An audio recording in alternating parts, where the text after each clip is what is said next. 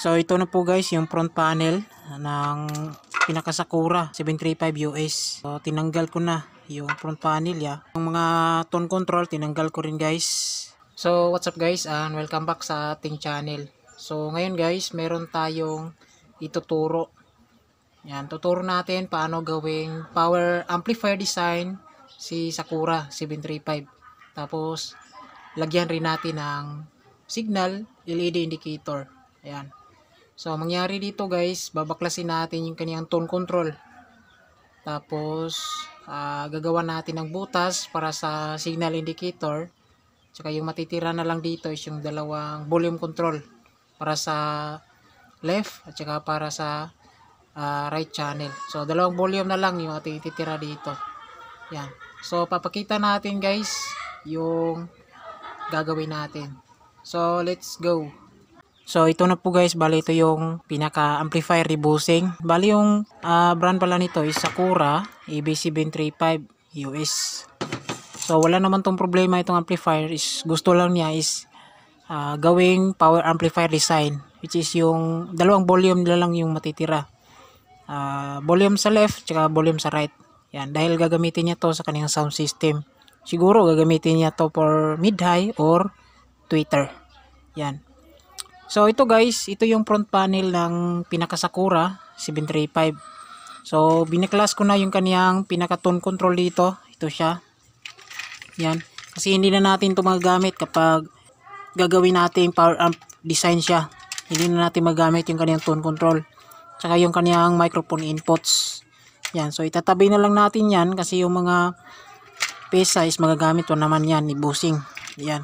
So, tinanggal ko lang dito yung 50K na volume control. Yan, bali merong mono volume dito pero mga 20K yung gamit. Yan dito. So, mas mainam kasi 50K yung gagamitin.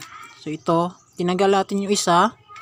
Tapos yung isa, yung volume na microphone dito sa baba. So, ito, kinabit ko na dito guys. Yung dalawang volume control na 50K. Ito siya. Yan. Ito yung dalawang 50K na gagamitin natin. So, stereo type po ito na volume control. Pero yung gagamitin natin dito is yung mono lang. 3 pins. Tapos, binutasan ko na rin dito guys ng maliit. Bago ko gagamit ng malaki na bala ng barina. Para malinis yung pagbutas natin. Tapos ito naman yung in-order natin sa Shopee, itong LED signal indicator. So para na rin siyang naka-power arm kasi meron ng ganito. Pag tutunog na siya is maglalaro yung kaniyang ilaw dito, yung kaniyang signal. Yan. So ito guys, bago natin ikakabit, so, meron lang tayong papakita konti. So, ito pala yung supply niya, 45 volts. Ni Sakura 735. Just the EB735 US. So, baklas lahat. Tone control. Yan. So, yung matitira guys, is ito na lang yung kanyang mainboard. Yan.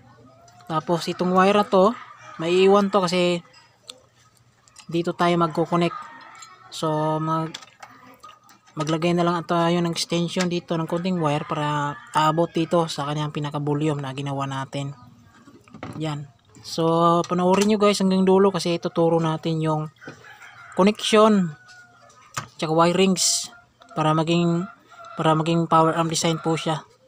Separated yung volume. Ito yung sa left tsaka right or channel 1 and channel 2. Let's go mga guys. Tatapusin ko muna butasan itong pinakalalagyan ng indicator niya para mapasok yung kaniyang LED kasi malaki yung LED na ginamit dito. Yan. So, bubutasan muna natin ng malaki. Yan guys. So, stay tuned.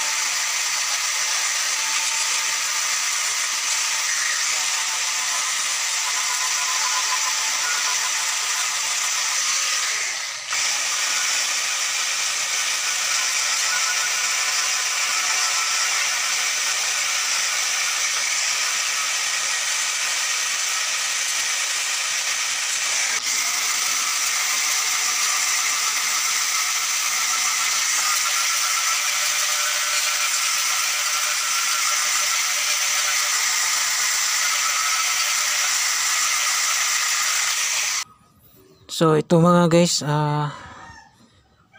ito na siya. Yan. So tinanggal natin yung kanyang brand tsaka yung kanyang pintura. Yan. Dahil i-repaint natin to. Yan. So yung ginamit natin dito sa likuran ay masking tape lang po yan.